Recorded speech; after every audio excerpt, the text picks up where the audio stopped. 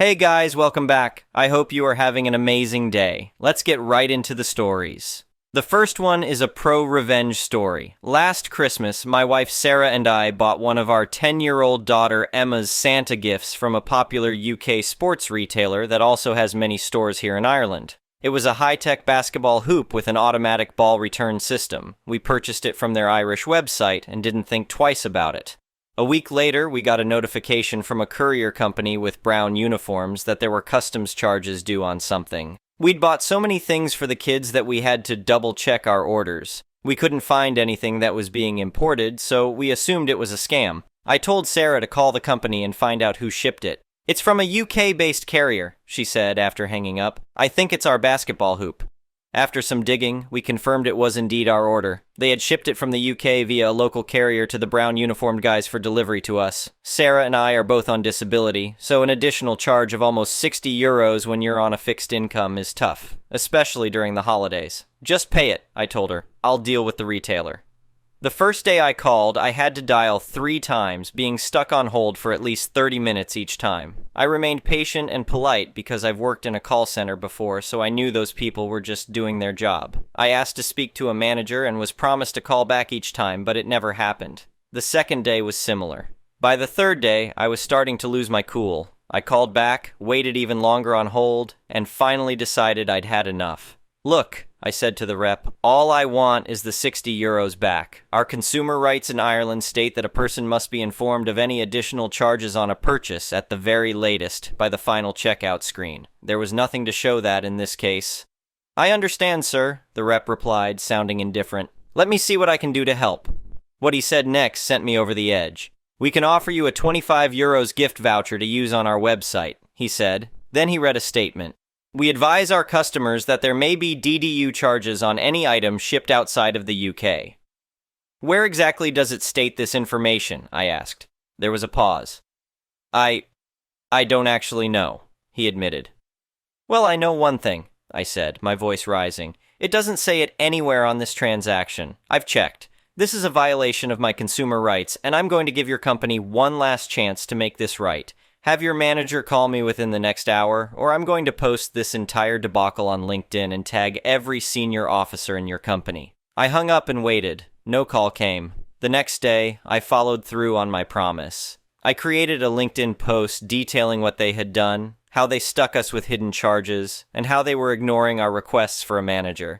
I tagged every senior officer at that company, from regional managers to European directors, all the way up to the CEO. "This," I wrote, "is now an act of war." Shortly after I posted, I noticed they took down the item from their website. They must have thought I was a simpleton who doesn't understand how the internet works. They didn't realize that when you searched for basketball hoop on their site, it still showed the item. I took a screenshot of that, then another of the now missing item page. I even did a Google cached search and found a version from 3 days prior showing the item. I added a comment to my original post highlighting their attempt to hide the evidence, complete with screenshots. I tagged and shamed all the senior officers again. The post started gaining traction. 3 people in incognito mode viewed my profile. I took a screenshot of these mysterious visitors and added another comment, trolling them for their incompetence. The next morning, I got a call from a senior exec at their head office in the UK.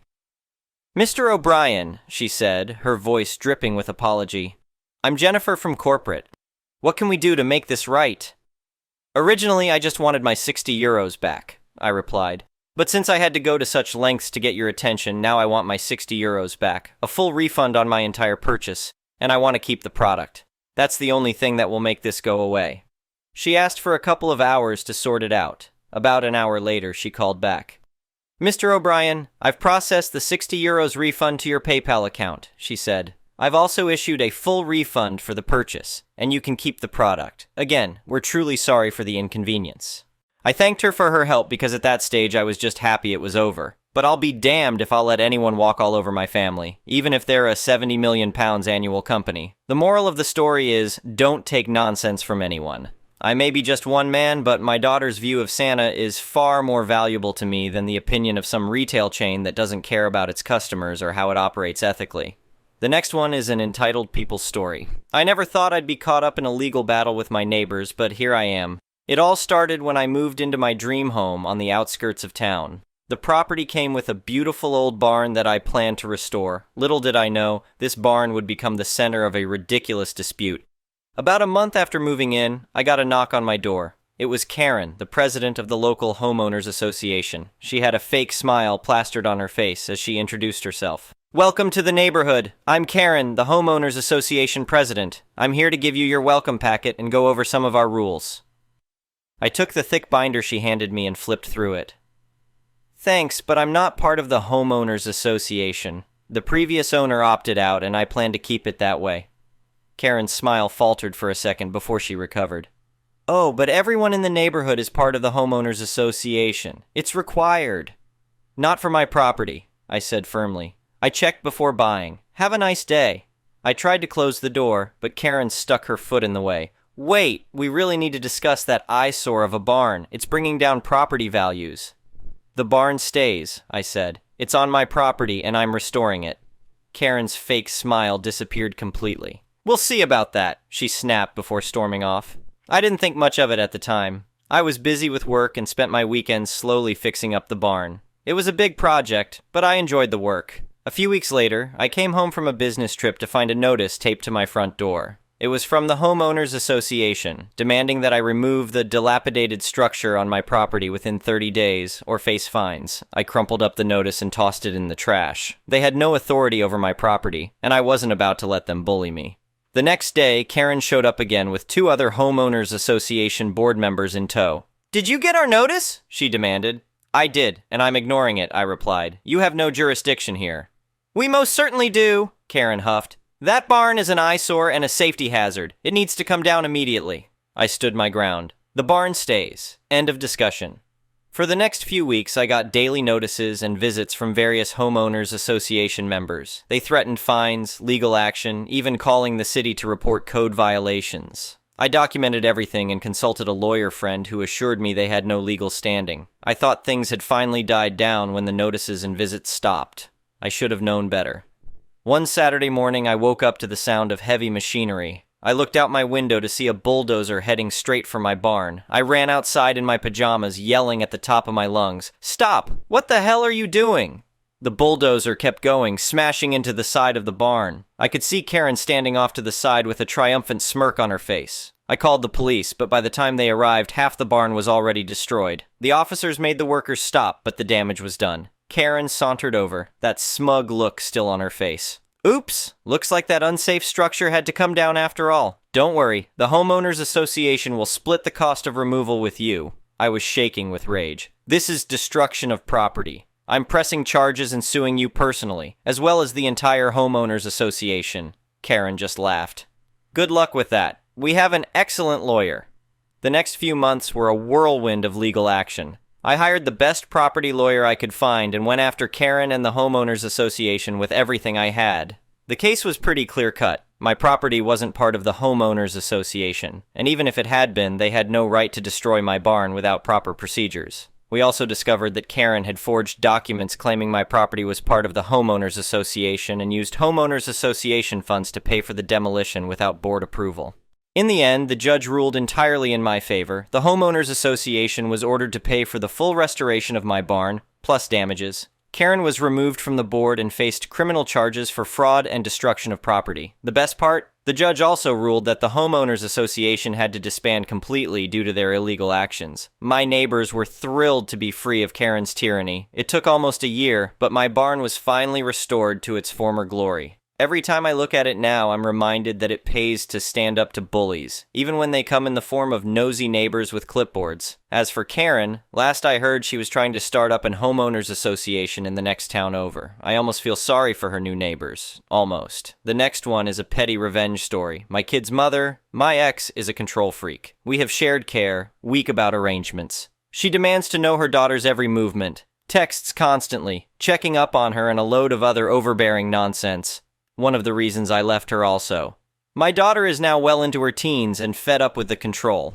The ex tries to track her via various apps on my daughter's phone, however my daughter is savvy enough to disable this when she wants. So we went camping for a week in the summer with my new partner and her kids. I told the ex exactly where we were camping and our planned travel route. My daughter had had enough of the control and texts and turned off her phone as we left for the trip. We had to detour a bit due to roadworks, and soon I got a text from the ex demanding to know where we were going and why our daughter wasn't responding. I was surprised she knew we were off track a bit. Once we get to camp, we go looking, and sure enough, find an AirTag hidden in my daughter's bag. Both myself and my daughter were pretty unimpressed and almost dumped it in the garbage. Instead, we decided to have some fun. We were camping in a small town with a post office. We bought a large potato on which my daughter drew an angry face. Put the AirTag and the potato inside a sealed post bag and posted it to her mother. Over the next 6 days of camping, I received a series of increasingly agitated calls and texts from the ex about our whereabouts. She was freaking out as the tag traveled from our remote town, through another state, and slowly back to her address. A week goes by fast and we head home. Dropped the kids off to their mothers and almost forgot about the package as it hadn't arrived, apparently. A few days later, I get an excited call from my daughter, who was grounded. The post bag had turned up at least a couple of weeks after sending. The potato had gone bad and turned to a foul-smelling mush in the bag that upon opening had spilled on the living room carpet, leaving a rotten mess with an AirTag in the middle. Even better, it was the ex who opened it. I wish I'd been there to see her face. Apparently, it was worth the grounding. The ex still tries to control and track my kids, but doesn't have much luck. The next one is a malicious compliance story. I had been living in an apartment with 3 other roommates, so 4 of us total, for about 8 months. We are all women in our 20s. I barely interacted with my other roommates at all. Just between our jobs and classes, we never saw each other. We all had our own rooms as well. For some context, on May 5th, my fiancé and I were planning to move into a new apartment together, so by the evening of the 4th, I had just about all of my belongings packed up. More on that later. Though I barely interacted with my roommates, I felt like we coexisted well, and we never fought or argued about anything, except for some very minor instances with Vicky and Kara. Those two were friends, and Vicky was definitely the messiest of the 4 of us living there. She would leave her clothes in the dryer for days, pile dishes in the sink for more than a week before cleaning them, and often forget food in the fridge until it would rot. Maybe 5 times throughout my time living there, I would get a text in our group chat from Kara saying something like, "Hey op, I talked to the others and they said the dishes in the sink aren't there, so please clean them."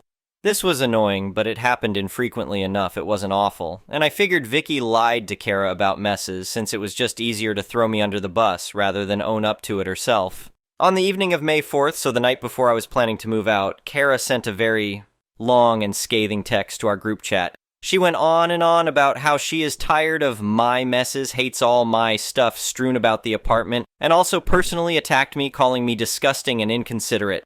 Since I was leaving literally the next day, I didn't see any reason to start a fight, so I just said it was her lucky day, and I was actually moving out the next morning. She replied, "Whatever you say, just take all your stuff and leave." Now, the malicious compliance, as I had mentioned earlier, I had packed most of my belongings already, but technically not everything. The 4 of us all moved into the apartment at about the same date, but I moved in a few days earlier than the others. This means I had bought a lot of the communal items myself. I was planning to leave these out of kindness despite them being worth $400. However, once I got that text from Kara, I decided I would in fact take all of my stuff and leave. These communal items included all trash cans in the whole apartment, $100, the Wi-Fi router, $150, a large metal shelving rack, probably the one that hurt the most, $150. The shelving rack was likely the most devastating loss for them since they had tons of stuff. For reference, the kitchen had 10 cupboards and 8 drawers, of which I used 2 cupboards and 1 drawer to store my items. The cupboards I used were also the ones above the microwave and the fridge since I am the tallest and wanted to be considerate. All the rest of the cupboards, drawers, and the entire metal rack, which had 5 large shelves, were filled to the brim with my roommate's stuff. Essentially, there was absolutely no way they'd be able to fit it in the amount of space I left behind without buying another rack or putting it on the counter and floor. I was careful to keep all their stuff from the rack organized and neat when I removed it, and everything from the rack completely covered the counters, kitchen table, and coffee table in the living room. I moved out peacefully with all my belongings the next day and have been happy in my new apartment with my fiancé. A few days after moving out, Vicky texted in the group chat that, FYI, the Wi-Fi isn't working anymore. I wonder why. And at that point, I left the chat. I've wondered how long it took Kara to realize that it actually was never me that was making messes in the apartment. But I guess I'll never know. The next one is an entitled People's Story. So, I am an instructor at a small college. I teach artsy vocational classes and only have an MFA, and my school really favors more academic PhDs. This was all told to me when I was hired, but the dean at the time was incredibly kind about this and gave me a secret boost in pay to make up for the lack of favor. She told me that even though I would never be promoted, my area of expertise was valued, and as long as I stayed in my lane, I was very welcome. So before I ever got tenure, I worked for a few years and developed a slate of very popular classes that filled every semester. I was very happy and grateful to have the job. Titles mean nothing to me, and I was just happy to be successful at a job I loved that helped people. I also learned very quickly never to step on the toes of more senior faculty. I stayed in my lane. Then a woman was hired in another subgroup of my department. I never met her, nor was I involved in her hiring. She had nothing to do with me, but she does have a PhD. Then, before I ever met her, I saw on her social media that she announced that she would soon be teaching all my classes, and she was delighted to be doing that. I was shocked because I went through a rigorous hiring process, and I am exceptionally qualified to teach in my area. She has no publications in my area, and her degrees are only vaguely related to my area. I figured my chair would put her in her place, but I was wrong. Instead, I was called into the chair's office and told EW is very interested in what you do and wants to help you. I stared my chair down. EW has a degree in X, and she was hired to do Y. That doesn't have anything to do with me. Chair sighs. Her degree is multidisciplinary, and she is more than qualified. This shocked me because it was way out of protocol. There was a pecking order, one that I had followed. I also realized very quickly that if I gave in, I would have no job. I would be shunted off to teach stuff I wasn't qualified to teach. This gave me the courage to resist, and resist I did. Multiple meetings with my chair followed, in which I was painted with the difficult and unsupportive. Honestly, if the woman had had one shred of business teaching in my area, I probably would have succumbed to the pressure.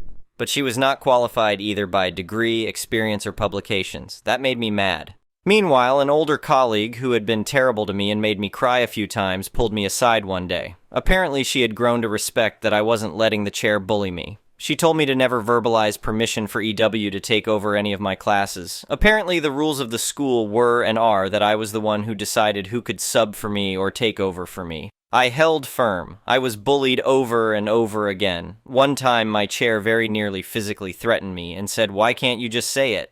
Chair had no idea I had been tipped off why I needed to say it. I was told by another colleague that EW is bored with her area and doesn't like what she got a degree in, and she only did that area because it's easier to get hired. I said her life choices weren't my problem and stood firm. My chair threatened not to support my tenure, but I actually had a bulletproof application. Chair couldn't do anything. Shunned by many colleagues, some of whom I thought were friends, I was called angry and unreasonable on a good day, a idiot on the worst. One day, the sweet dear lady who had been responsible for hiring EW actually cried an apology saying she was sickened by what was happening to me. EW had been their last choice, and the only person they could get. This sweet, lovely woman wailed that EW was obnoxious and terrible. She also said that many people in the department supported me but were scared of the chair. She said I should just keep resisting. At least twice I was at school events, and when I told the person, both times high-up administrators, what I did/taught, they said, "Oh, I thought EW did that." I had to correct them. So I got tenure and stood firm. Meanwhile, a former student who is now teaching at a community college nearby told me EW was teaching there.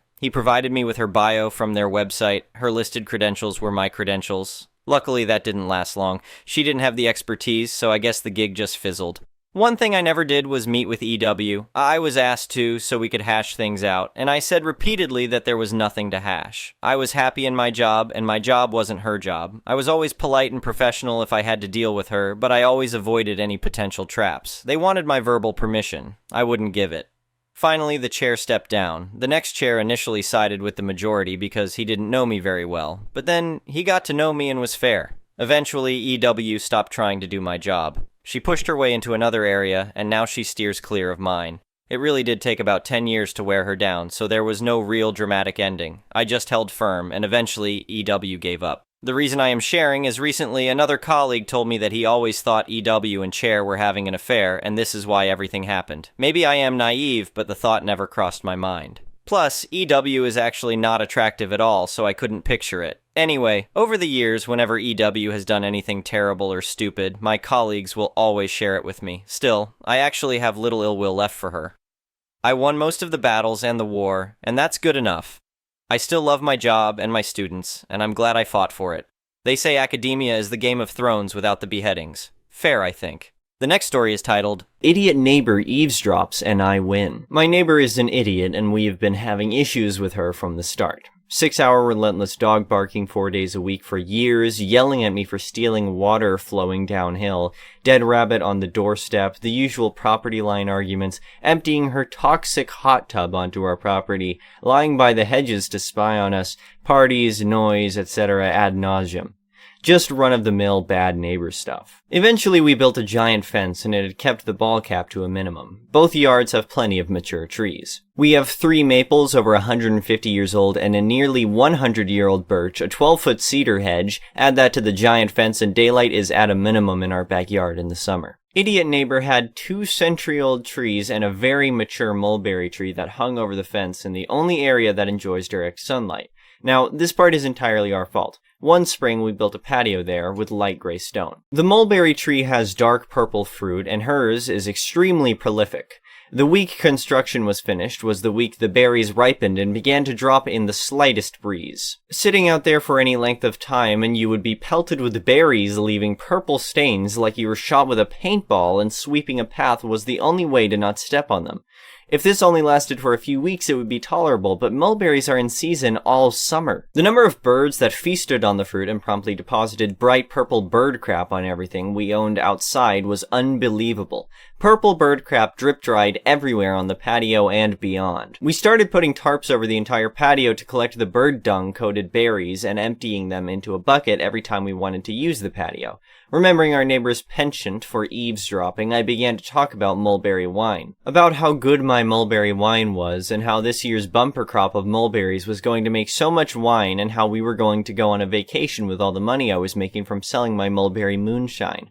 Visitors joined in the act, claiming they could not wait for their allotment of my fabulous mulberry wine, and offering bribes to be moved up the list. I do not make mulberry wine, never have, and would not start with mulberry bird poop wine. One rainy early summer night, I heard and felt a tremendous crash. I ran into the backyard. The largest limb from the mulberry tree was lying in my backyard. A chainsaw was sputtering on the other side of my giant fence. The mulberry tree was coming down at night in a rainstorm. More evidence of her idiocy. There was a bit of yelling back and forth through the fence, me about her being a dangerous moron, and her to me about having a nice vacation without having mulberry wine to sell. She continued to cut down the whole tree instead of just the limbs hanging over our property. I laughed myself into the house, not quite believing my ruse worked so well and revenge was finally mine, but that poor tree died needlessly.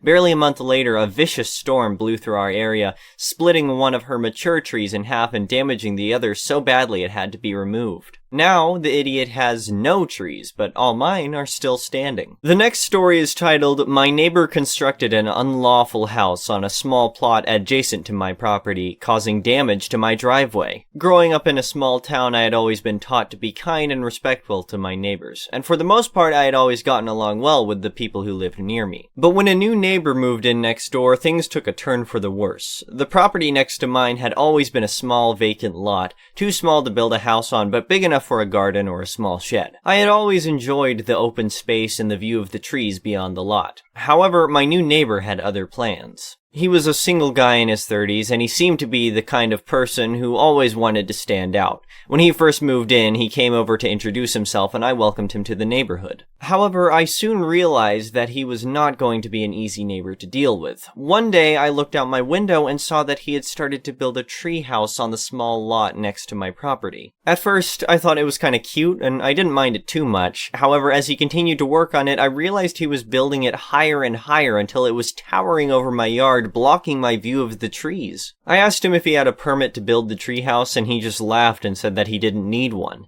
He told me that he was building it for his niece, who he said loved to climb trees. However, I soon realized that he had built it more for himself than for his niece. He would often climb up there with a book or a beer, and he would sit there for hours, enjoying the view that he had stolen from me. I tried to reason with him, but he wasn't interested in listening. He told me that it was his property, and he could do whatever he wanted with it. I felt like I was hitting a brick wall. Days turned into weeks, and my neighbor's treehouse grew taller and taller until it was like a tower in the sky, blocking my view of the sunsets and the trees that I loved so much. I grew angrier with each passing day, but I didn't know what to do. I felt helpless and frustrated, and I couldn't even enjoy my own backyard anymore. One day, when I was coming home from work, I saw that he had installed a zip line from his treehouse to the edge of my property. I couldn't believe it. He was basically turning my yard into his personal playground. I was furious. I decided to take action. I contacted the town's zoning office and reported him for building an illegal structure without a permit. I also told them about the zip line and how it was invading my property. They sent an inspector over to investigate, and sure enough, the treehouse was illegal. My neighbor was given a fine, and he was ordered to take it down. However, he was not going to go down without a fight. He started arguing with the inspector and saying that it wasn't fair. He also told me that he was going to sue me for ruining his treehouse. I didn't know what to do. I was scared, but I knew that I had to stand my ground. I hired a lawyer and prepared for a legal battle. In the end, the case went to court and my neighbor lost. He was forced to take down the treehouse and pay a hefty fine. He was also ordered to stay away from my property and not to harass me anymore. I thought that the nightmare was over, but little did I know that there was more trouble to come. A few months after the legal battle, my neighbor started acting strange. He would often glare at me whenever I walked by his property, and I would hear him muttering under his breath. I tried my best to ignore him and go about my business, but I couldn't shake the feeling that he was up to something. One day, I came home from work and saw that my yard was in disarray. My lawn had been torn up, and my flower beds had been trampled. It looked like someone had driven a heavy vehicle through my yard and destroyed everything in its path. I immediately suspected my neighbor, but I had no proof. I contacted the police, and they investigated the incident, but they couldn't find any evidence to link my neighbor to the destruction of my property. I was devastated. I had spent years cultivating my yard and creating a beautiful outdoor space, and now it was all destroyed. I didn't know what to do. But then, something miraculous happened. My community rallied around me, and people from all over town came to help me fix up my yard. They brought plants and flowers and helped me replant everything. It was a beautiful sight to see, and it made me realize how much I loved my town and the people in it. It's been a few years since the incident with my former neighbor, and I thought that everything was behind me. However, I recently received a letter in the mail that changed everything. The letter was from a law firm, and it stated that my former neighbor had filed a lawsuit against me for intentional infliction of emotional distress. According to the lawsuit, my neighbor claimed that my actions had caused him severe emotional distress, and he was seeking damages for the harm that I had caused him. I was shocked and confused. I had no idea what he was talking about. As far as I knew, I had done nothing to intentionally harm him. I contacted my lawyer and we started to investigate the matter. It turned out that my former neighbor had moved to another state, but he had kept tabs on me through social media. He had seen that I had moved to a new town and had started a new business, and he believed that I had done so with the intention of hurting him. It was ridiculous, but he had apparently become fixated on the idea that I was out to get him. He had spent years building up this delusion in his mind, and he was now seeking revenge for a perceived slight. The lawsuit was a complete surprise, and I was not sure how to proceed. However, with the help of my lawyer, we were able to build a strong defense against his claims. We provided evidence that showed that I had not intentionally harmed him and that he was the one who had caused the trouble in the first place. The case went to court, and it was a long and arduous process. My former neighbor was determined to get his revenge, and he fought tooth and nail to win the case. However, in the end, justice prevailed and the judge ruled in my favor. My former neighbor was ordered to pay for all the legal fees and damages that he had caused. It was a victory for me, but it was also a reminder of how fragile our sense of security can be. I never could have imagined that a simple dispute with a neighbor would turn into such a long and drawn-out legal battle. However, I also learned that when faced with adversity, it's important to stay strong and to fight for what's right. The experience made me more aware of my rights and more determined to protest them. As for my former neighbor, I hope that he finds peace and can move on from his obsession with me. I harbor no ill will towards him, and I hope that he can find a way to live a happy and fulfilling life. The last story is titled, My Mom Gave Me Up for $2,500. So, backstory, my mom and dad split up when I was roughly 9 or 10 years old due to my mother cheating on my father when he was out of the country. He's a pilot.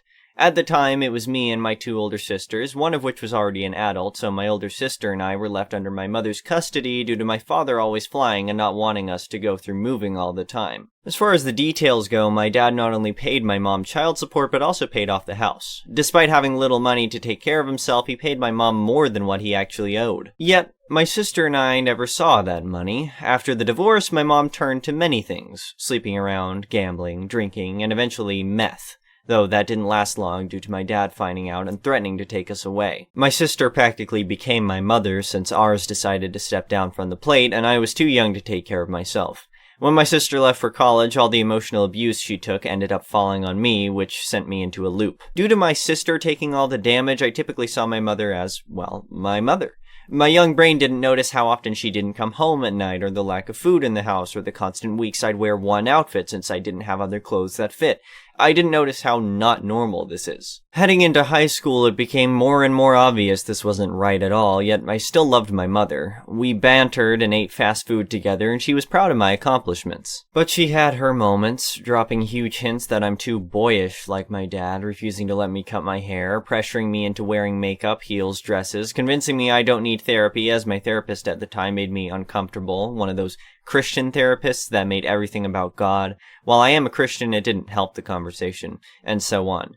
Meanwhile, my dad met a woman, and they fell in love. When she became pregnant with his kid, he moved her to America after my little sister was born and started a new family. I love my stepmom. She's literally the sweetest woman I know, and I adore my baby sister, and eventually my second baby sister. Over time, after spending many nights in their home, I came to realize how much happier I was at their house over my mother's. One day, I told my dad I want to officially live with him. At this point in time, I've noticed how depressed I am and how things aren't normal in my mom's house. When I told my mother this, she was deeply upset and cried, but she understood, or so I thought. That's when everything went downhill. The text messages started, sly guilt trips and remarks on how someone else convinced me to move out, that my father convinced me she was the bad guy. The more these texts happened, the warier I became on talking to her. It got to the point where I would cry after every conversation because I was so confused and lost.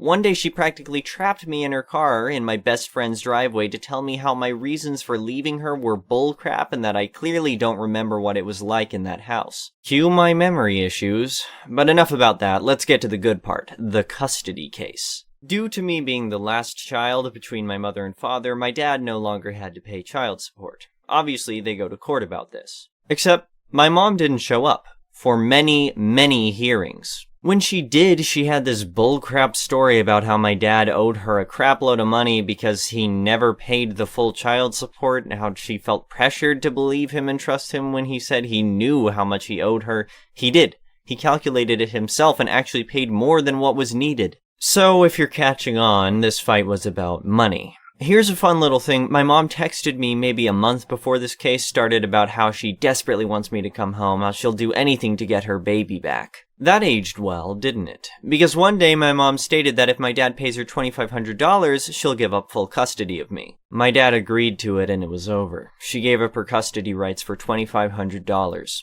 It still stings. I'm still bitter and angry to this day about it, and this case happened years ago. I don't think my mom is aware I know the details on this case, as she very rarely reaches out to me as if we still have a relationship to tell me how much she loves and misses me. The thing is, I learned that my mom actually despised me after the divorce because I reminded her of my dad. We have the same eyes and resting face, lol.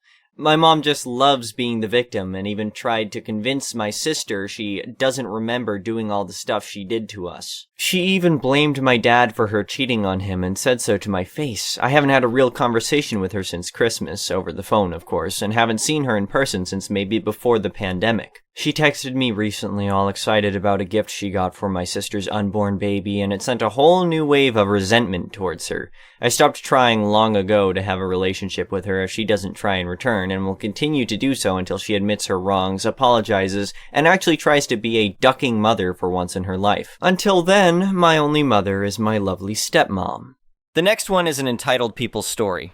I was hired by a company as an assistant manager, a job for which I was well qualified. The owner was rarely on site as he owned several businesses. The company was run by a GM who hired me but worked mostly on the second shift, so I would have little daily contact with her since I was hired for the first shift. I was assigned to Eva for training. Eva was a manager and had been with the company for 5 years. I trained with her for a few days, and then I was on my own, though she and I had overlapping shifts and would see each other a few days a week. We were friendly, but not close. After a few months, I was doing well at my job and had even gotten some new procedures adopted to help boost sales. Eva began to act resentful. She would correct me for small things and took any opportunity to remind me that she had trained me. It didn't matter to me. She wasn't my boss. I reported to the GM. So I mostly just ignored her. What I didn't know was that Eva was not just tight with the GM.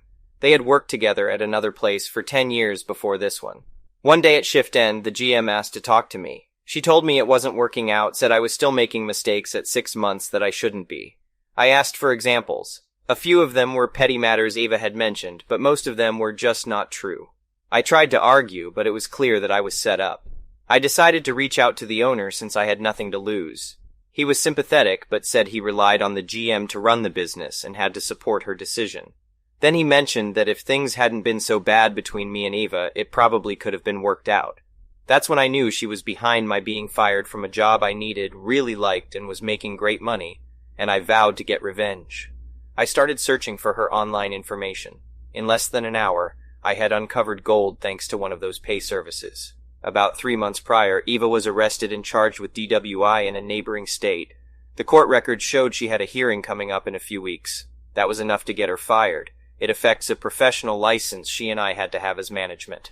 Per state law, license holders must report criminal charges to the licensing board, and in the case of a DWI arrest, licenses are typically suspended pending trial. I called the owner and told him what I discovered. It was news to him. I guess since it was out of state, Eva was keeping it secret. Maybe she was hoping to get let off the charges. The next day, the owner called and said Eva was fired. He thanked me for telling him about her DWI, apologized for how I was fired, and offered me Eva's position and salary. He asked me to come in the next morning to meet with him and to cover Eva's shift. I accepted. That alone was sweetly satisfying revenge, but what happened next was the icing on the cake. I got to work extra early, met with the owner and GM, and we all agreed to start fresh. Cool. It was still an hour before opening, and I was in the back of the place when I heard the front door chime. When I came out a few minutes later, Eva was there, tears flowing, begging the owner for her job back. She obviously didn't know I was there because when she saw me, her whole body seized, and her shocked expression was priceless. I walked right by her, staring her down with a crafty grin, and went outside. Eva came out a minute later and wouldn't make eye contact. As she walked away, I said, "Good luck on the 23rd. That was her court date. Over the next few months, I flourished in my new role. I introduced several new strategies that improved sales and cut costs, and the owner was very pleased. I received a generous bonus for my efforts. One day, a few months later, I received a call from Eva. She was sobbing uncontrollably, begging me for forgiveness. I could hear the desperation in her voice. I was enjoying this, and so I told her that I had moved on, but that she should never underestimate someone's ability to get revenge. I hung up and went back to work, feeling satisfied that justice had been served. I knew that I had won, and that Eva would never be able to get the best of me again. The next one is an entitled People Story. My name is Lily, and I recently moved to a new neighborhood with my husband and our 2 children. The neighborhood was managed by a local HOA, but we were fortunate enough to have a house that fell outside the range of their control. We were excited to have more freedom than our neighbors, but little did we know that this would attract the attention of Karen, the self-appointed neighborhood police. Our first encounter with Karen was when we were unloading our moving truck. She came over to us, accusing us of being intruders and questioning who we were and what we were doing. Despite our attempts to explain our situation, she refused to listen and left us feeling uneasy and unwelcome. Over the next few weeks, Karen continued to make our lives difficult. She would leave HOA materials at our doorstep, issue us fines for minor grievances, and even called the police on us when our children were playing in our own backyard pool. It seemed like she was constantly watching us and waiting for us to slip up. One day, my husband and I decided to go to the local city hall to get more information about the HOA and why our house was exempt. We discovered that our house was built before the HOA was established, and therefore was not subject to their rules and regulations. Armed with this knowledge, we felt more empowered to stand up to Karen's harassment, but things only got worse. Karen started to spread rumors about us to our neighbors, telling them that we were troublemakers and didn't belong in the neighborhood. We tried to ignore her, but it was hard when we knew that she was turning our neighbors against us. Then one night, we were woken up by a loud banging on our front door. It was Karen, demanding that we let her in. We refused, but she wouldn't take no for an answer. She started to yell and threaten us, and we knew that we had to call the police. When the police arrived, Karen was still outside of our house, screaming and causing a scene. They arrested her for disorderly conduct, but we knew that this wouldn't be the end of it. A few days later, we received a letter in the mail from Karen's lawyer, threatening to sue us for harassment and emotional distress. We were shocked and scared, but we knew that we had done nothing wrong. We hired a lawyer ourselves, and after a long and stressful legal battle, the case was dismissed. But Karen wasn't done yet. One night, while we were sleeping, someone broke into our house and stole some of our belongings. We were devastated and scared. We suspected that it was Karen, but we couldn't prove it. The police investigation turned up no leads, and we were left feeling vulnerable and unsafe in our own home. We decided that we needed to move for the safety and well-being of our family. Thankfully, we were able to find a new home in a different neighborhood. We've been here for a few months now, and we feel much happier and more at peace. We've learned a lot from our experience with Karen, and we're grateful that we were able to stand up for ourselves and come out stronger on the other side. And as for Karen, we've heard through the grapevine that she was eventually forced to move out of the neighborhood after too many complaints from her neighbors. We can only hope that she's learned something from this experience and that she'll never treat anyone else the way she treated us.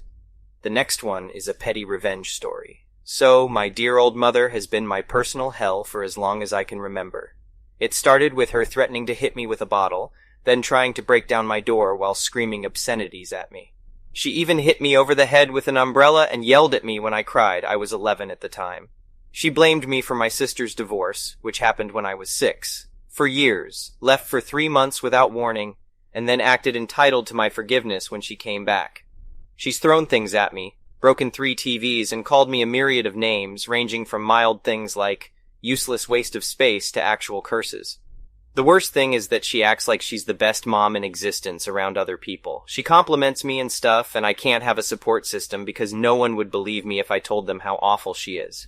But I've had an ace up my sleeve for 2 years now. I've secretly recorded videos and audios of every horrible moment and kept them in a safe folder. I have recordings of the moments mentioned above and lots more of her talking crap about neighbors, friends, and even her own eldest child behind their back. Tonight I'm packing for uni. By morning, the entire folder will reach multiple people, including my half-siblings, aunts, uncles, neighbors, her besties, etc. Bad luck and a worse day, Mother. You always said justice is better served cold. The next one is a petty revenge story. Mother-in-law has always been bitter that I took her son away from her. She's the queen of negging, and I am often her #1 target. She loves to make me jealous. She sends pictures of her new cars, new house, and designer handbags saying, "Isn't it great I can afford all this?" Last summer, mother-in-law invited her other son, his girlfriend, and the girlfriend's sister on vacation, but not us. She bought them designer souvenirs and sent us pictures every day of their vacation, captioned, "I bet you're so jealous." Not 3 months later, my parents invited us on their vacation, and we accepted. Mother-in-law was furious. Jealousy is not a good look on her. She threw a tantrum, saying she was losing her little boy and that she wanted to be the best mom in the world. She was so jealous that my mother was getting more attention than her. She cried about how she never sees us and how we've always shown blatant favoritism toward my parents.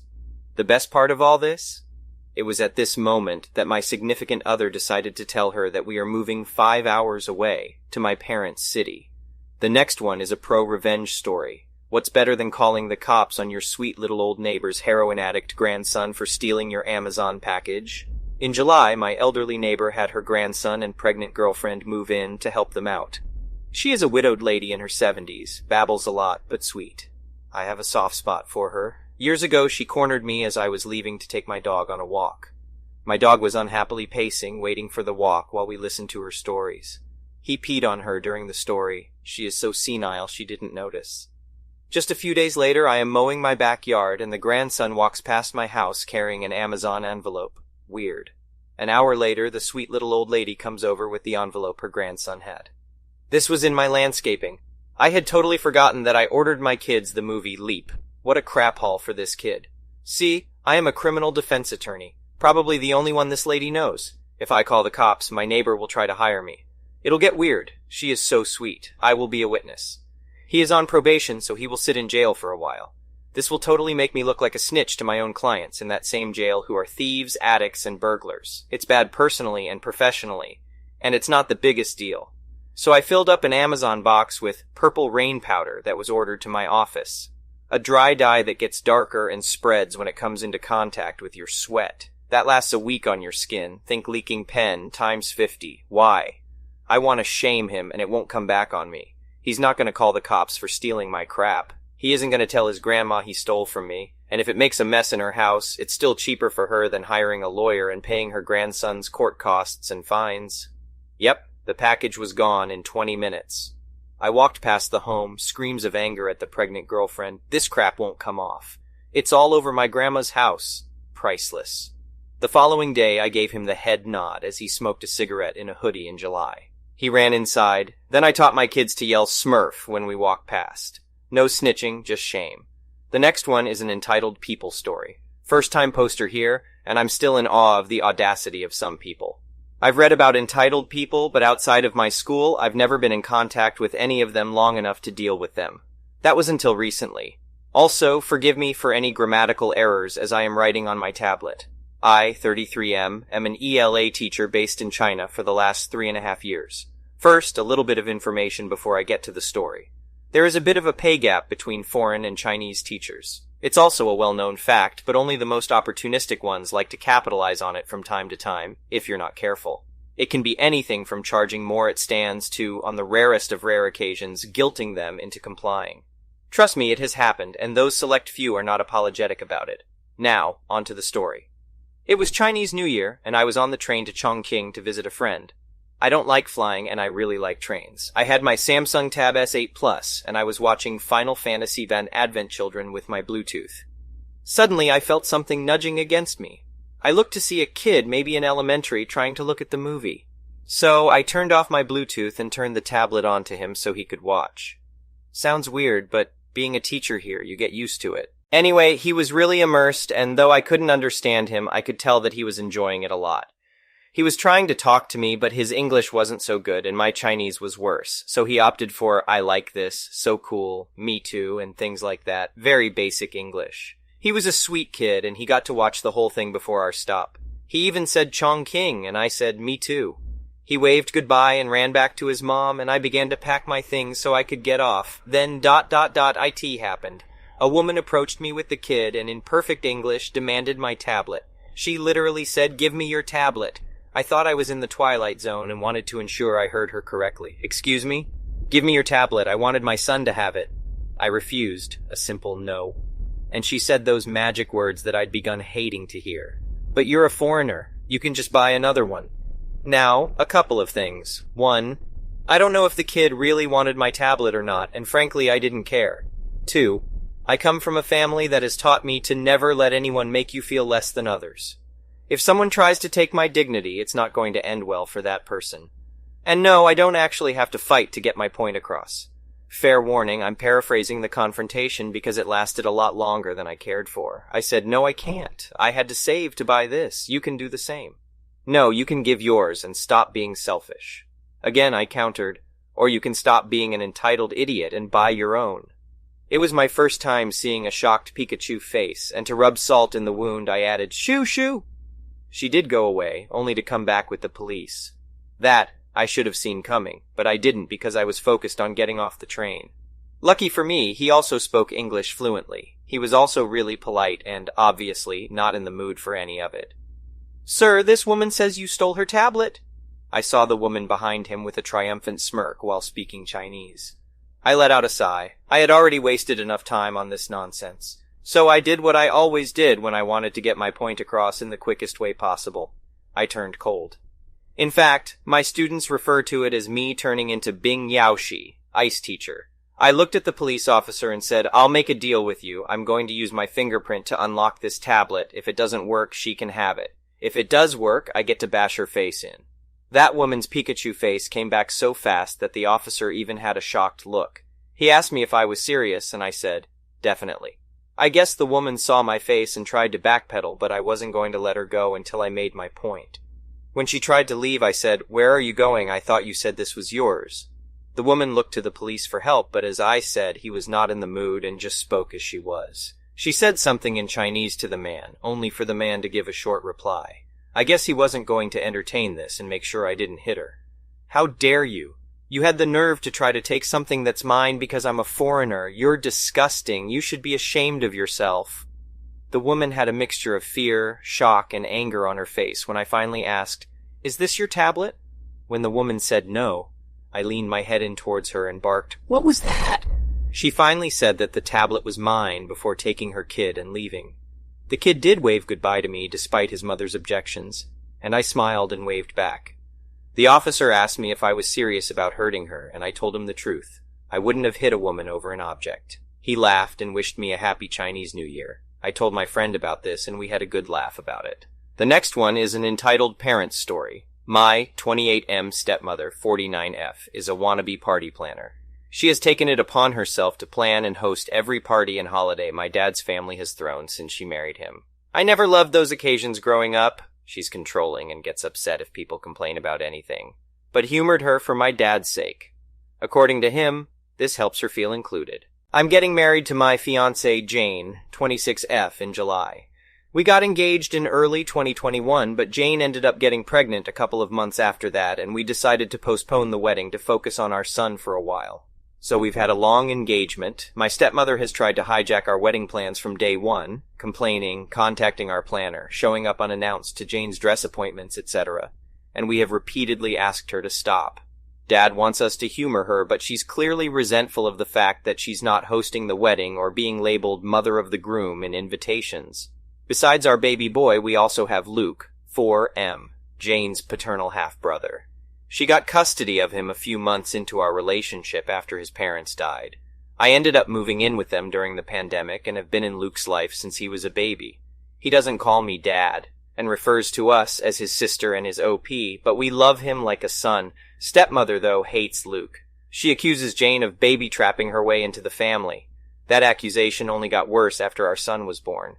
My dad gets along with Jane and adores the kids, but stepmother demands him to refuse babysitting Luke so we don't leave the kids with them often. Instead, Jane's brother and CL usually watch the kids for us, as their children are close to ours in age. We had a thing last Sunday, and my BIL was out of town with his family. Jane's other siblings live in different cities, as well as my mom and sister. My dad agreed to babysit at our place, and we left. We came back to find both kids crying, stepmother screaming, and Dad weakly trying to calm everyone down. Apparently Luke had told stepmother that both he and our son were going to be our ring bearers, and she went ballistic. She screamed that she wasn't going to allow that because he wasn't family. She then hit Luke, and he started crying.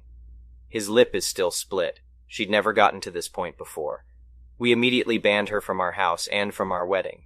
Dad is fuming and has said he's not going without her. He's also convinced half of his side of the family, by severely downplaying what stepmother did, to boycott the wedding as well. This includes my stepbrother, who fully agrees with his mother no matter how many times I try to tell him the truth. Jane and I are refusing to budge, but many of my cousins who aren't coming anymore are asking us to reconsider. Pretty much all of Jane's family agrees with us, but one of her aunts has suggested that maybe stepmother is acting out because she doesn't feel welcomed by my family. The last one is an entitled people story. I knew a lady who was going through a divorce. I was her tech person when she had a home business, and I was invited to her 40th birthday party. She wanted a new TV plus sound system hooked up and needed my car because the TV would not fit in hers. We went together to pick up the TV, and while she went shopping for food, her ex saw us together. I am married and only helped this person. I hooked up her TV, and after the party, I helped clean up when her friends left. Her ex heard from her friends that I stayed after the party ended. A few weeks later, she asked me to set up a GPS for her car. It was a hot day and her home's air conditioner had stopped working. I went there and knocked on the door, but she did not answer. I heard the car running in the garage and went back to the door to look in the front window. The house was full of smoke, and I found her passed out on the couch. I picked her up and took her outside. She was breathing and coughing. I went back in, and she had left the car running, with the window down to make the air conditioner cool the house down by the internal access door to the garage. This filled the house with carbon monoxide, which almost killed her. I turned off the car, opened up all the windows and doors, and comforted her. If I had arrived a few minutes later, she would have been dead. She was crying outside because she almost died, and if she had, people would think she deliberately killed herself instead of it being a mistake. At that moment, the ex drove past on one of his stalking runs. Later, I saw him picking up his kids from school, and he called me a cheating prick, which surprised me because we got along before they broke up. He had already been spreading rumors to everyone that I was sleeping with her. He told his whole family, her family, and eventually got to my family. I didn't do anything wrong, and when I told them what really happened, nobody believed me. Everyone believed him that something was happening before they broke up. Then he made up extra reasons to say she was with me. Oddly, my wife is the person who laughed it off because she doesn't believe I would ever cheat on her, especially with that woman. Thank you for watching. I would really appreciate it if you could like the video and subscribe to our channel if you haven't already. We'll see you again tomorrow.